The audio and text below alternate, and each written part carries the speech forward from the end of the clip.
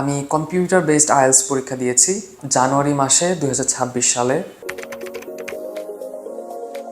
তখন computer based and paper based দুটো অপশনই ছিল। সবাই যেখানে পেপার বেসড এক্সাম দিয়েছে আমি সেখানে কম্পিউটার বেসড এক্সামটা দিই। আমি কম্পিউটার বেসড এক্সামটা একটু এক্সপিরিয়েন্স করতে চাচ্ছিলাম, একটু এক্সপ্লোর করতে চাচ্ছিলাম, বিকজ এটা একটা ডিফারেন্ট মেথড অ্যান্ড এটা রিসেন্টলি স্টার্ট হয়েছে। তো আমি ভাবলাম যে না, পেপার বেসড দিব না, একটু কম্পিউটার বেসড এক্সামটা দিয়ে দেখি কতটা ডিফিকাল্ট।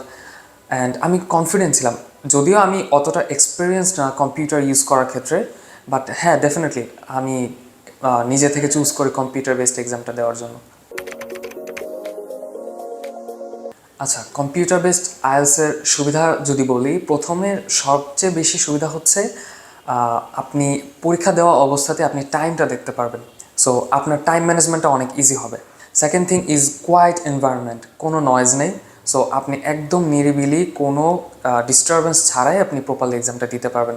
অ্যান্ড এখানে আরও অনেক সুবিধা, যেমন আমি যদি মডিউল ওয়াইজ কথা বলি, আপনার রিডিং মডিউলের ক্ষেত্রে আপনি স্প্লিটেড স্ক্রিন থাকবে।